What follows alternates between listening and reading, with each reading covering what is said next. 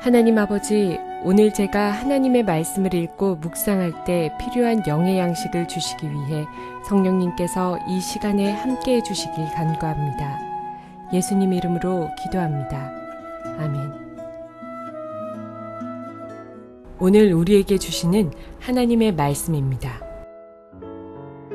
여호와께서 모세에게 또 말씀하여 이르시되 너는 상등 향품을 가지되 액체 모략 500세겔과 그 반수의 향기로운 육개 250세겔과 향기로운 창포 250세겔과 계피 500세겔을 성소의 세겔로 하고 감람기름과 흰을 가지고 그것으로 거룩한 관유를 만들되 향을 제조하는 법대로 향기름을 만들지니 그것이 거룩한 관유가 될지라.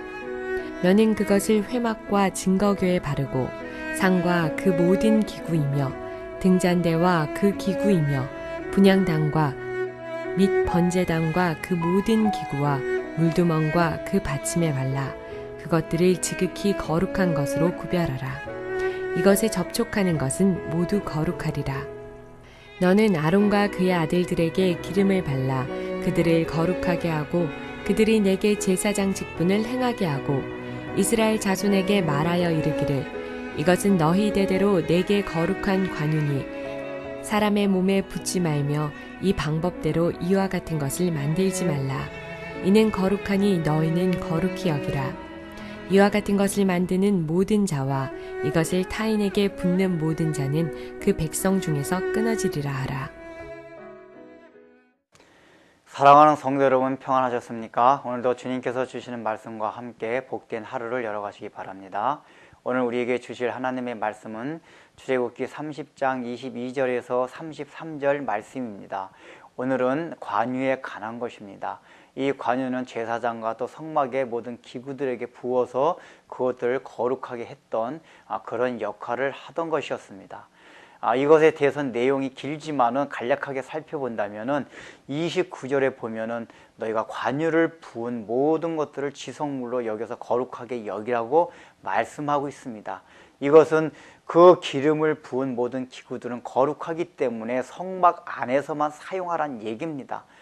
그것을 다른 용도로 사용하지 말란 얘기입니다. 즉 세속적인 용도로 사용하지 말라고 하는 것입니다. 하나님께서 이 말씀을 왜 하셨겠습니까?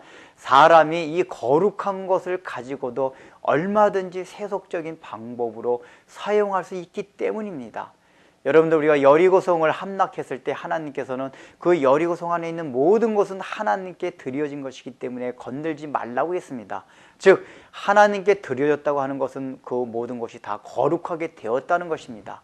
그런데 그것을 일부 취했기 때문에 하나님께서 그것 때문에 진노하셨습니다. 하나님의 거룩을 훼손시켰기 때문입니다. 그 거룩을 다른 용도로 사용한 것입니다. 신약에 와서 예수님도 성전에 가셔가지고 성전 안에서 장사하는 사람들을 보면서 노하셔가지고 그들을 다 내쫓아내셨습니다.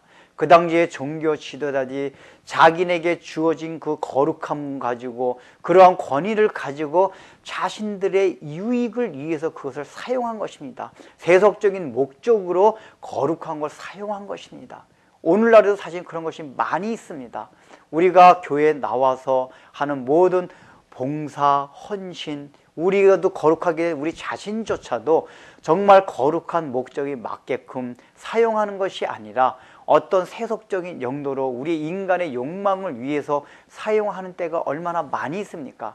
여러분, 봉사하면서 왜 우리가 자꾸 마찰이 일어나고 봉사를 하는 가운데서도 서로 상처를 받고 합니까?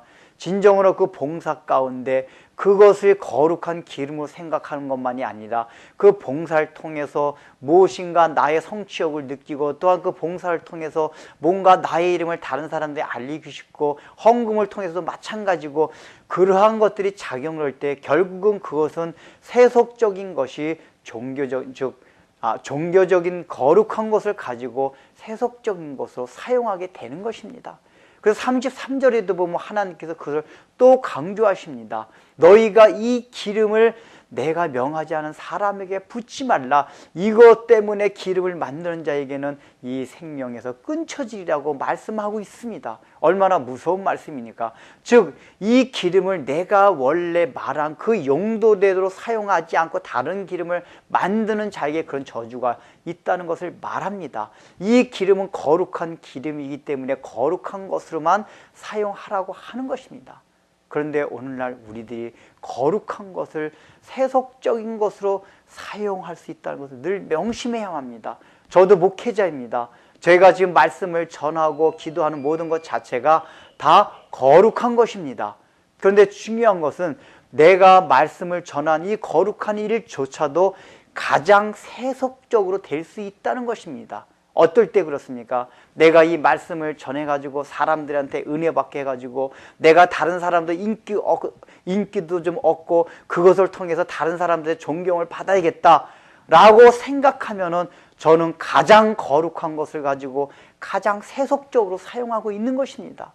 그렇기 때문에 저도 늘 그걸 조심합니다. 내가 말씀을 전하지만은 이것 때문에 내가 유명해지고 싶고 내가 어떤 이런 걸 통해서 사람들한테 존경받고 싶고 하는 그런 마음이 든다면 저는 끝장입니다.